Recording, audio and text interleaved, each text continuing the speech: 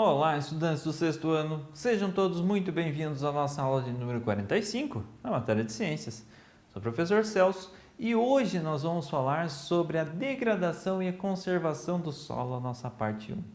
Na aula de hoje falaremos sobre o intemperismo do solo e os problemas de erosão do solo. Vamos só definição. Já conversamos sobre o que é o intemperismo nas nossas aulas passadas. Para a formação do solo, o intemperismo é muito importante, enfim, já conversamos sobre ele. Vamos revisar rapidamente e vamos falar dos problemas de erosão do solo. Os objetivos específicos da nossa aula de hoje são definir o que é erosão do solo. A erosão ocorre por consequência do intemperismo, mas o que é a erosão? É isso que nós vamos falar. Vamos também identificar os principais componentes que influenciam no processo de erosão do solo.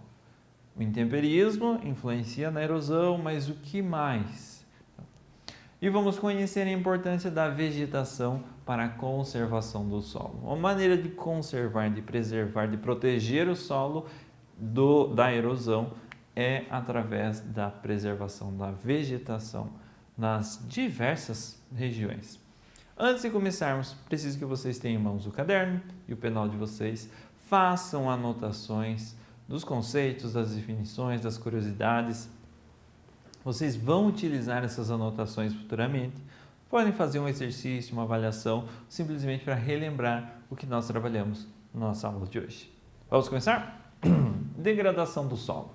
Uma fina camada de solo pode demorar centenas de anos para se formar. Imagine, uma pequena camada de solo, poucos centímetros, centenas de anos. Por quê? Processo de intemperismo. O vento batendo nas rochas, lascando pequenas partículas de minerais que, com o passar de muitos anos, formam uma pequena camada de solo. Entretanto, o solo pode ser degradado rapidamente, como em poucos anos ou até mesmo horas. Em poucas horas é capaz do solo desaparecer, ser degradado por completo, algo que levou centenas de anos para se formar. E essa degradação pode ocorrer tanto na área rural quanto na área urbana e é consequência de vários processos, não unicamente processos humanos, em decorrência do homem fazer essa degradação, mas também processos naturais. O que é a erosão? O intemperismo, as chuvas, o vento e as variações de temperatura provocadas pelo calor e pelo frio, a gente já conversou, aos poucos desgastam e quebram as rochas. Desse modo, o solo vai sendo formado. Formação do solo graças ao intemperismo. Então, nós temos ali uma cavidade, encheu-se de água durante uma chuva. A temperatura baixou muito. Quando a água congela, ela tende a aumentar um pouco de tamanho. Então, congelou aquela água que tinha na cavidade da montanha. Aumentou de tamanho porque congelou e acabou empurrando parte da rocha. Esquentou novamente, a água se liquefez, congelou e assim foi desgastando a rocha até que parte dela, parte da montanha, desmoronou, foi fragmentada. Esse é um processo do intemperismo, processo de formação do solo. A partir dali, o vento, mais chuva vão fazendo essa desgaste das rochas, esse intemperismo atuando ali. Assim como as rochas, o solo também sofre a ação das chuvas e do vento, que provocam sua degradação. As partículas de solo vão sendo transportadas para outros lugares, como os rios, os lagos, os vales e os oceanos. E é a erosão do solo uma das causas da sua degradação. Observem a imagem ali. Nós temos a erosão de um solo. Parte do solo parece que foi desprendida da montanha e foi transportada para outra região. Isso é erosão. Os solos cobertos por vegetação, plantas rasteiras, arbustos e árvores, são protegidos contra o calor do sol e contra o vento. Então, são protegidos dessas ações do intemperismo. preservando o solo ali. Boa parte da água da chuva, em vez de cair diretamente no solo, bate antes nas copas das árvores ou das folhas da vegetação. E isso diminui muito o impacto direto da água sobre a superfície. Imagine uma gotinha de água caindo a centenas de metros de altura. Quando ela bate no solo, ela começa a machucar o solo. Não sei se na casa de vocês tem isso, mas nas casas que não tem calhas nas telhas, nos eternites, a água da chuva vai escorrendo, cai no solo, na terra, no chão, ela vai fazendo marquinhas circulares. De tantas gotinhas de água atingindo o solo ali, ela vai machucando o solo, ela vai causando uma deformação no solo, um intemperismo, vai atuando ali. E isso vai prejudicando o solo, podendo a longo prazo transportar aquela parte do solo para outra região, numa erosão, degradando assim o solo ali. Se tiver uma vegetação, a grama, a gotinha de água vai bater na grama, vai perder força da queda, a grama vai amortecer essa queda e ela não vai prejudicar o solo, não vai prejudicar a terra, não vai fazer aqueles buraquinhos, por exemplo. A rede formada pelas raízes das plantas ajuda a segurar as partículas do solo enquanto a água escorre pela terra. Vamos pensar numa canaleta d'água feita de terra. Logo, depois de algum tempo, várias chuvas, essa canaleta começa a diminuir de tamanho. Por quê? Porque a água vai transportando a terra das outras regiões, o solo das outras regiões e vai fechando aquela canaleta, aquele buraco. Isso é erosão, é transportar o solo de uma região para outra. Acontece por conta do vento, acontece por conta das chuvas. A rede de raízes das plantas ajuda a fixar o solo em uma determinada região. Ela funciona como uma rede que agarra todo o solo ali e impede que a água da chuva transporte ele. Então, estou segurando o solo aqui, não vai levar ele de mim. É mais ou menos assim que funciona as raízes. Elas seguram o solo e impedem que a água transporte a terra dali. As raízes também tornam o solo mais poroso, facilitando a infiltração da água, além de absorverem parte dela. Dessa maneira, resta menos água para arrastar a camada superficial do solo. Então, você tem uma grande quantidade de grama, por exemplo, raízes, enfim, das mais variadas formas, elas vão permitir a infiltração da água. Elas têm um solo poroso. A água vai escorrer com mais facilidade para dentro do solo, não superficialmente. Se a água escorre superficialmente, ela carrega parte da camada superior do solo. Carregando parte da camada superior do solo, vai desenvolvendo a erosão, vai transportando o solo para outras regiões. A erosão, certo? Então, as raízes impedem que a erosão ocorra. Em ambientes rurais, a maioria das plantas cultivadas tem pouca folhagem ou raízes curtas. Por isso, o solo não está tão bem protegido contra o impacto da água da chuva. Nas plantações, em geral, as plantas ficam afastadas umas das outras e não formam uma rede capaz de reter as partículas de solo. Então, tem problemas de erosão em grandes plantações justamente por conta desses fatos. As raízes não são profundas o suficiente para fixarem, para prenderem o solo nelas. Elas são superficiais. A camada superficial do solo, legal, fica segura ali. Mas se vem uma chuva muito forte, uma grande quantidade de água, a planta, a raiz e o solo todos são transportados por essa água. Daí ocorre esse processo de erosões que nós vemos aqui na imagem. Tinha plantas, por que não segurou? As plantas estavam longe uma da outra, as raízes não estavam interligadas, formando uma rede, as raízes estavam afastadas uma da outra e permitiam a passagem da água entre elas e não estavam fixas o suficiente. Um exemplo, a união faz a força. Um exemplo é se nós pegarmos uma folha de papel sulfite, rasgamos facilmente.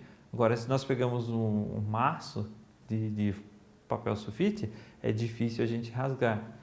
Uma plantinha somente ela no solo, ela é fácil de ser transportada pela água. Agora, quando você tem várias plantas, umas próximas das outras, com as raízes interligadas, é muito difícil de você arrastar elas, certo? Então, aqui é a mesma coisa. Só que como essas plantas estão afastadas umas das outras, elas podem sim ser transportadas numa enxurrada, na chuva, causando a erosão do solo, transporte do solo de uma região para outra. A criação de gado também pode prejudicar o solo, principalmente por causa do pisoteio, que torna o terreno duro e muito compacto, bloqueando a passagem de ar e deixando o solo mais sujeito à erosão. Solo muito compacto impede a infiltração do ar, impede o desenvolvimento das raízes, elas ficam superficiais, elas não conseguem se aprofundar. Consequentemente, não tem a infiltração da água. Quando uma parte do solo se desprende, leva uma grande quantidade de solo. Isso acontece principalmente se a quantidade de animais for muito grande em relação à área do terreno. Imaginem todos esses animais andando o dia todo sobre o terreno, eles vão compactando o solo. E esse solo compacto também pode ser degradado, é prejudicial para o solo ele estar compacto e está sujeito à erosão. A vegetação nas margens dos rios e lagos é denominada mata ciliar. Ela é assim chamada porque se assemelha aos cílios que protegem os olhos. Pelo Código Florestal Brasileiro, as matas ciliares são consideradas áreas de preservação permanentes, para todo sempre, por toda a vida. Então, não pode desmatar essas áreas, não pode praticar queimadas nessas áreas de preservação permanente. Na mata ciliar.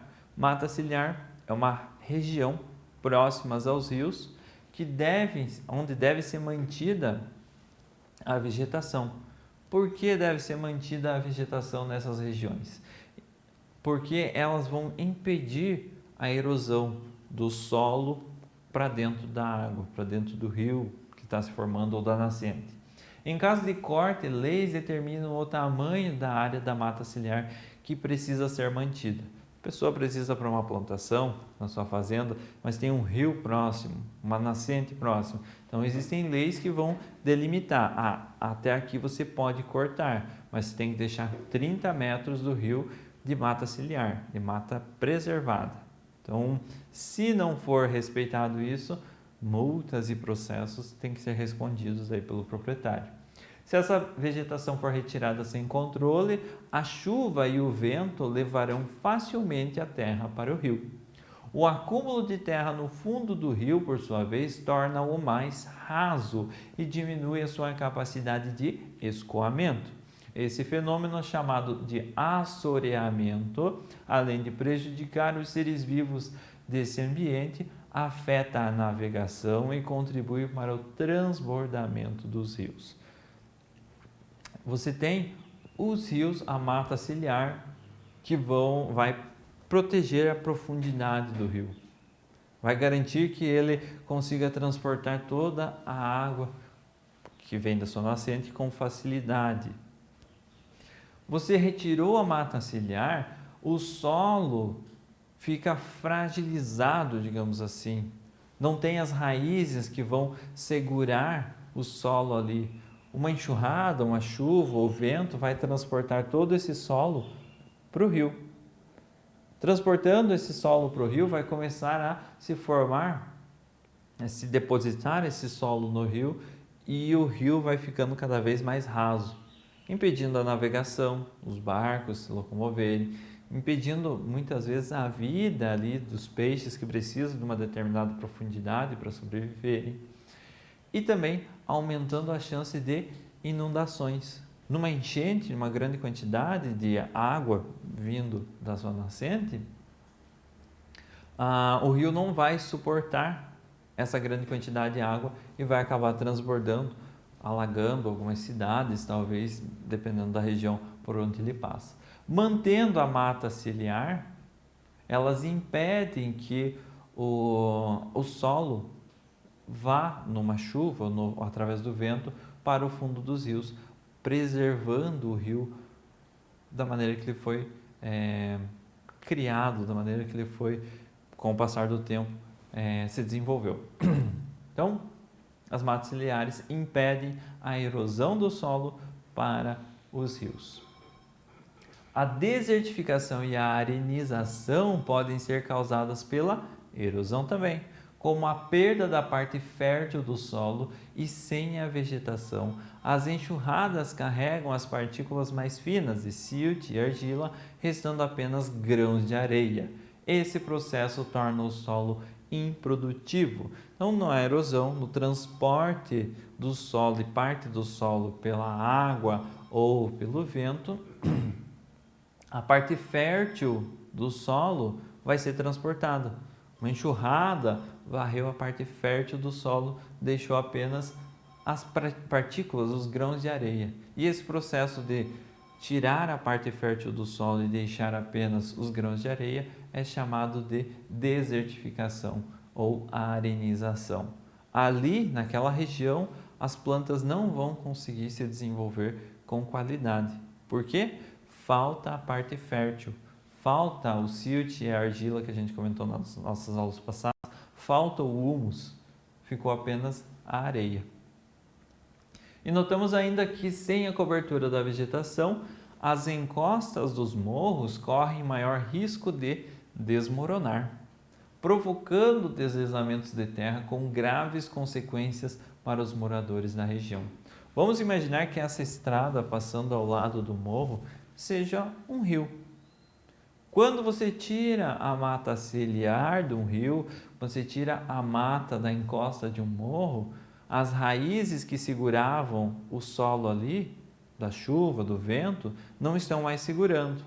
E esse morro, o solo que compõe o morro, ele pode desmoronar, ou ele pode sofrer da erosão, ser transportado para outra região. No caso, transportado para cima do asfalto, prejudicando o transporte por essa região. Poderia ter uma casa aqui embaixo, iria destruir a casa possivelmente.